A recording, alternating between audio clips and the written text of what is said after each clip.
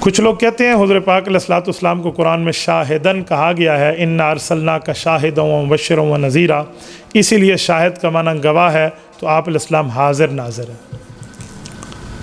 بھائی شاہد کا معنی گواہ ہے، اتنی بات تو میں مان لیتا ہوں، لیکن ہر گواہ حاضر ناظر ہوتا ہے، یہ ثابت کرنا آپ کو بہت مشکل ہو جائے گا، کیونکہ قرآن کریم میں پوری امت کو بھی گواہ کہا گیا۔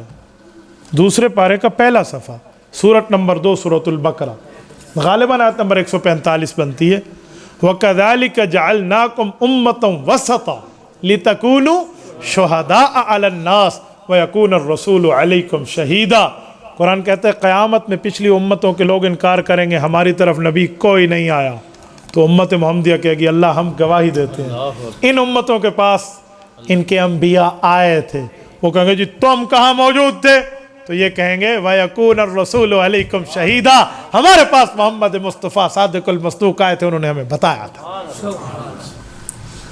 پچھلی امتوں کے لوگ جو انبیاء کی آمد کا انکار کریں کہ ان کا عقیدہ بھی یہی ہوگا کہ گواہ کو حاضر ناظر ہونا چاہیے، وہ تبھی ہم سے پوچھیں گے تسی حاضر ناظر تھے نہ ہو؟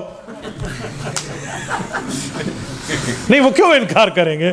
وہ بھی تو یہی کانسیپٹ لے کر کریں گے جو پرچی میں لکھا ہوا ہے کہ گواہ حاضر ناظر ہوتا ہے، تو وہ یہی کہیں گے تم حاضر ناظر تو نہیں تھے۔ تو امت محمدیہ قرآن پڑھ کے جواب دے گی کہ گواہ کے لیے 2 شرطیں ہیں، یا حاضر ہو اور یا سچے کی خبر سن کے آگے بتا دے۔ تو حضور صادق المصدوق ہے، سچے ہیں، ان کی خبر سنا کر آگے دے دیں، وہ بھی گواہ ہے۔ اگر گواہ حاضر ناظر ہے تو پوری امت کو حاضر ناظر مان، پہلے مینو مان، میں حاضر ناظر پھر دے۔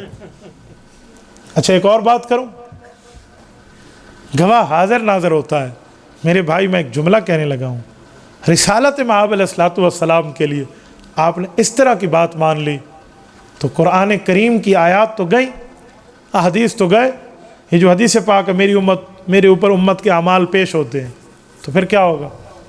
تو اسی بنیاد پہ اللہ کے رسول قیامت میں گواہی دیں گے، کیونکہ فرشتے بھی سچے ہیں اور سچے آدمی کی خبر پہ گواہی دی جاتی ہے، نہیں تو ہر مؤذن ہر جگہ حاضر ناظر ہے، ہر مکبر جو تکبیر پڑھتا ہے وہ حاضر ناظر ہے۔ آپ کہیں گے مؤذن کیسا؟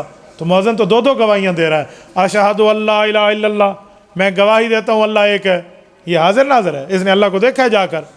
اشہد ان محمد الرسول اللہ، میں گواہی دیتا ہوں حضور پاک علیہ السلام اللہ کے رسول ہیں، یہ حضور پاک کو رسالت ملتے دیکھا تھا، یہ گواہی کیسے دے رہے؟ یہ تو گواہ ہے نا، اشہد اللہ، پھر تکبیر میں بھی اشہد کہتا ہے، تو یہ جو گواہ ہے اس کو حاضر ناظر مانیں گے؟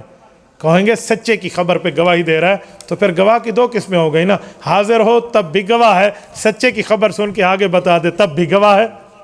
ہمارے علماء کی کتابوں میں 6 سال میں ہدایہ شریف پڑھائی جاتی ہے، ہدایہ قانون اسلام کی کتاب ہے، کتاب الشہادات اٹھائیں، انما یجوز للشاہد ان یشہد بالاجتہاد وذالک من یثق بہ، وہ کہتے ہیں سچے گواہوں کی گواہی کی بنیاد پہ بھی آگے گواہ دے سکتے ہیں۔ تو میرے خیال میں فقہ سے بھی قانون اسلام سے بھی بندہ واقف ہو تو کوئی حاضر ناظر والی بات گواہ کا ترجمہ وہ نہیں کرے گا۔